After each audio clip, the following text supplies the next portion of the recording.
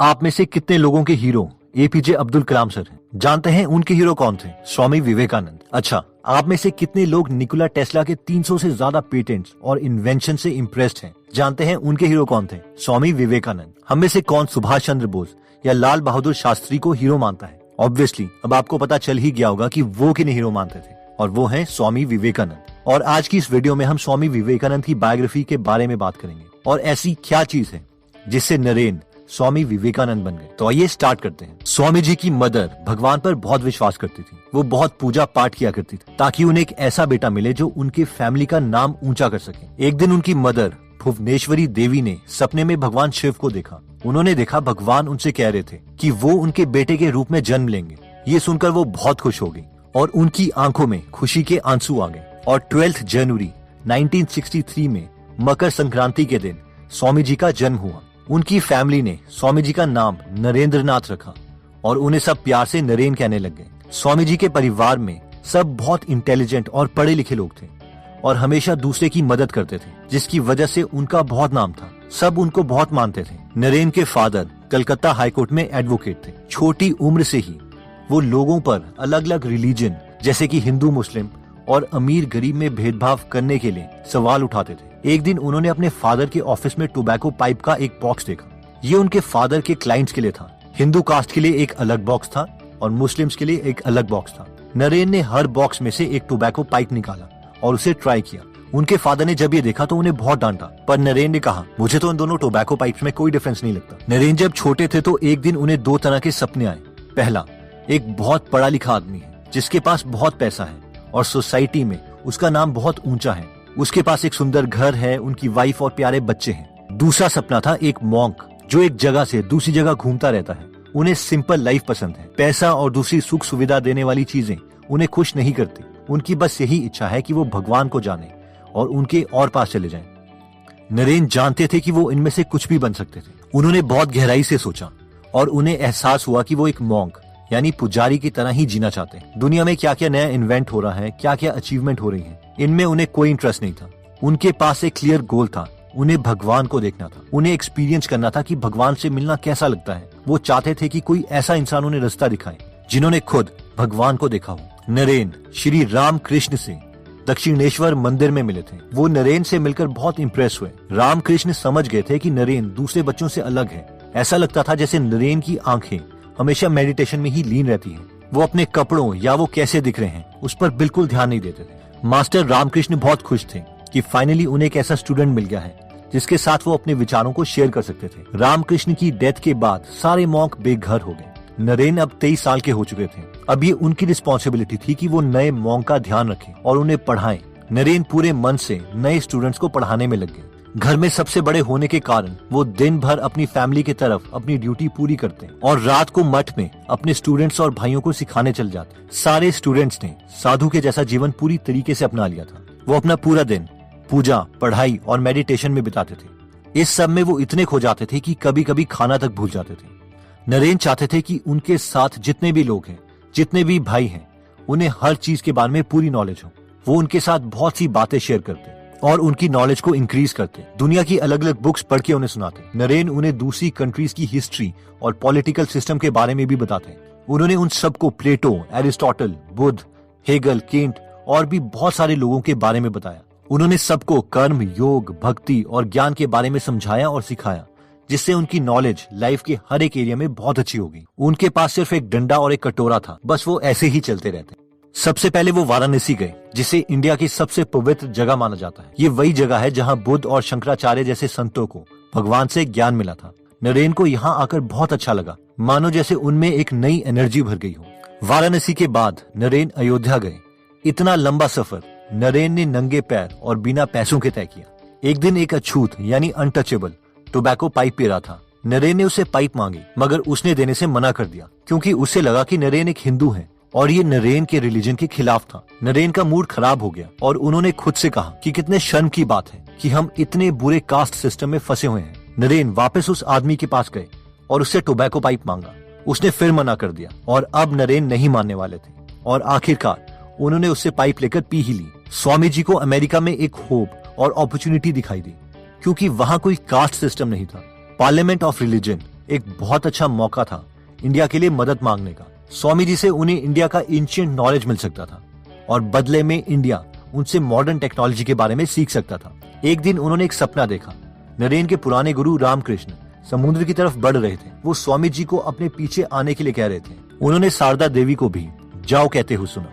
उन्हें ऐसा लगा कि उन्हें अमेरिका जाना चाहिए। अब उन्हें समझ में आ गया था कि रामकृष्ण और माँ शारदा देवी की ब्लेसिंग्स उनके साथ हैं। उन्हें विश्वास हो गया था कि ये वही है जो उन्हें करना है और वो सही रास्ते पर आगे बढ़ रहे थे। पार्लियामेंट ऑफ रिलीजन सितंबर 1893 में खोला गया। ये एक फेयर जैसा था जो वर्ल्ड्स कोलंबियन एक्सपोजिशन नाम के एक इवेंट का पार्ट था।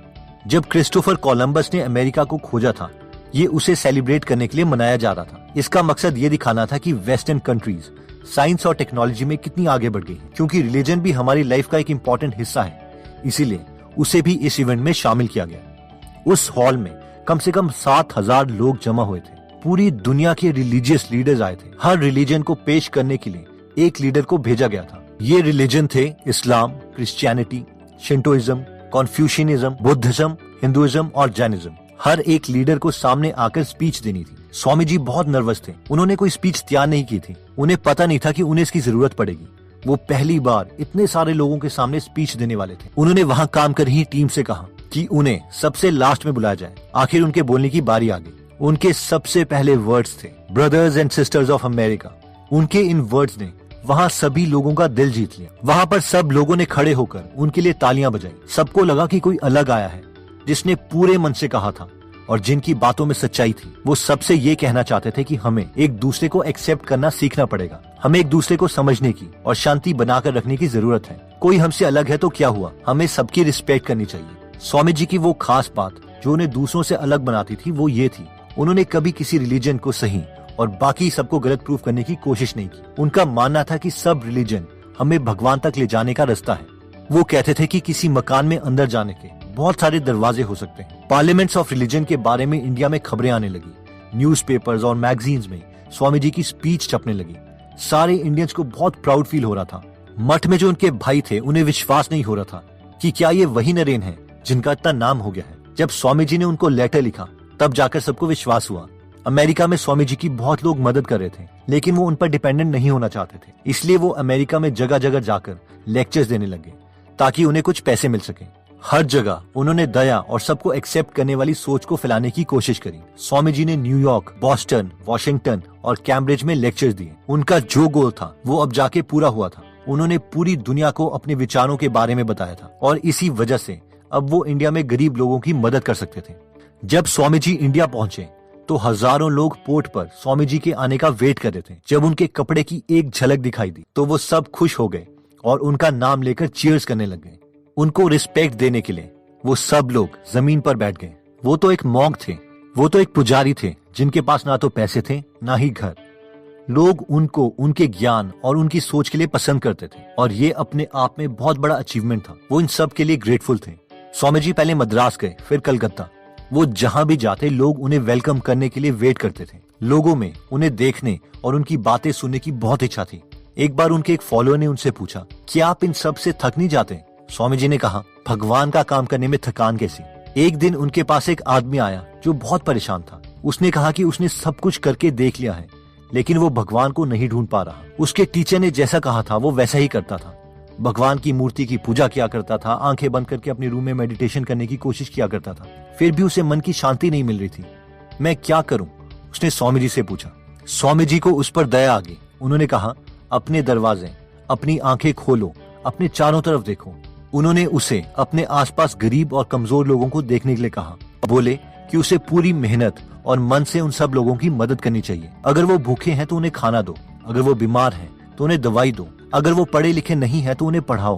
पूरे मन से उनकी सेवा करो, तभी तुम्हें शांति मिलेगी। स्वामी जी को अस्थमा हो गया था। डॉक्टर्स ने उन्हें नॉर्थ इंडिया जाने के लिए कहा क्योंकि वहाँ पर क्लाइमेट अच्छा था। नॉर्थ के लोग बहुत समय से स्वामी जी को बुला रहे थे, इसलिए स्वामी जी मान गए। अपने फ्रेंड को लिखे हुए लेटर में उन्होंने कहा था कि वो बहुत थका हुआ महसूस कर रहे हैं। स्वामी जी ने नॉर्थ इंडिया के हर एक स्टेट में लेक्चर दिए। स्वामी जी एकता को बढ़ावा देने के लिए एक कास्ट को दूसरी कास्ट में शादी करने की बात भी करते थे। उन्होंने यूनिवर्सिटीज में भी कहा था कि स्टूडेंट्स को सिर्फ क्लर्क, लॉयर या डिप्लोमेट ना बनाए, बल्कि उन्हें अपने देश की सेवा करने और अपने देश से प्यार करना भी सिखाए। अंत में स्वामी जी बेलूर मठ में रहने लगे। उनका अस्थमा और खराब हो गया था। दिन ब दिन उनकी बॉडी और वीक हो रही थी, मगर उनका माइंड अभी भी बहुत शार्प था। अगर कोई मॉन्क उन्हें रेस्ट करने के लिए कहता तो वो नहीं मानते थे। स्वामी जी को इंसाइक्लोपीडिया ब्रिटानिका बहुत पसंद आई। एक मॉन्क ने उनसे कहा कि इस बुक में सारे 25 वॉल्यूम को याद करना बहुत मुश्किल है, पर स्वामी जी तब तक 11th वॉल्यूम स्टार्ट कर चुके थे। उन्होंने उस मॉन्क से कहा कि वो 10 वॉल्यूम पढ़ चुके हैं, उनमें से वो कुछ भी पूछ सकता है। वो मॉन्क बहुत सरप्राइज हुआ ये देखकर कि स्वामी जी को सारे जवाब आते थे। यहाँ तक कि उन्होंने उस बुक्स की कुछ लाइंस भी बोलकर दिखाई। स्वामी जी को महसूस हो गया था कि वो 40 की एज तक नहीं पहुंच पाएंगे। उनकी एज उस समय 39 इयर्स और 5 मंथ्स हो चुकी थी। उन्होंने पंचांग भी देखा ये कैलकुलेट करने के लिए कि उनकी डेथ कब होने वाली है। स्वामी जी ने अपने सीनियर मॉन्क को बता दिया था कि अपना अंतिम संस्कार वो कहाँ पर चाहते हैं। वो उसी मठ के ग्राउंड में एक जगह थी। फ्राइडे शाम 7 बजे बेल बजी। पूजा का समय हो गया था। स्वामी जी अपने रूम में पूजा और मेडिटेशन करने चले गए। उन्होंने अपने सेवक से कहा कि वो 1 घंटे रूम में रहेंगे और उन्हें कोई डिस्टर्ब ना करें। उसके बाद स्वामी जी ने अपने सेवक को मदद करने के लिए बुलाया। रूम में सब विंडोज को खुला दिया गया ताकि फ्रेश हवा आ सके। स्वामी जी बेड पर लेट गए। उनके सेवक ने सोचा कि वो सो गए हैं। वो वैसे ही लेटे रहे। उनके चेहरे पर बहुत शांति थी। वो लंबी सांसें ले रहे थे। फिर रात 9 बजे उन्होंने अपने शरीर को छोड़ दिया। उन्होंने अपनी आवाज और अपनी सोच को गरीबों के लिए मदद मांगने में लगा दिया था। वो पूरी कंट्री में घूमे और हर जगह उन्हें यही गरीबी दिखाई दी। उन्होंने अपने स्पेशल गिफ्ट को लोगों की सेवा करने में लगा दिया।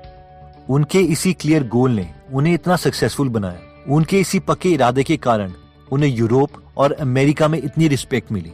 दोस्तों, इस वीडियो में हमने स्वामी विवेकानंद जी के बारे में देखा और जाना। हमने उनकी सच्चाई, उनके विश्वास और वो कितने दयालु थे ये जाना। वो सच में एक महान इंसान थे जिनकी जितनी भी तारीफ की जाए कम है। उन्होंने प्यार, शांति बना के रखना और एक दूसरे को एक्सेप्ट करने की बात पर हमेशा जोर दिया। अब ये हमारी ड्यूटी है कि हम उन्हें हमेशा याद रखें और इसे ज्यादा से ज्यादा लोगों को बताएं। तो दोस्तों, अगर आप स्वामी विवेकानंद की डिटेल में हिंदी में बायोग्राफी सुनना चाहते हैं या उनकी बुक कर्म योगा सुनना चाहते हैं तो आप हमारी गूगल ऐप डाउनलोड कर सकते हैं, जहां पर 130 से ज्यादा बुक समरीज हिंदी में फ्री में अवेलेबल है। अगर आपको फ्री समरी की क्वालिटी अच्छी लगे और अगर आप अपनी नॉलेज में इन्वेस्ट करना चाहते हैं तो आप प्रीमियम मेंबरशिप भी ले सकते हैं। दिवाली से पहले फर्स्ट 100 यूजर्स के लिए 100 रुपीज बचाने का मौका है, जिसके लिए आप सेव 100 कूपन कोड यूज कर सकते हैं। एनीवेज दोस्तों, अगर आप ऐसी नॉलेजेबल वीडियोस मिस नहीं करना चाहते तो सब्सक्राइब करने के बाद बेल का बटन जरूर दबा दीजिए। आप कमेंट करके ये भी बता सकते हैं कि आप नेक्स्ट वीडियो किस टॉपिक पर चाहते हैं। जल्दी हम आपसे दोबारा मिलेंगे। जय हिंद।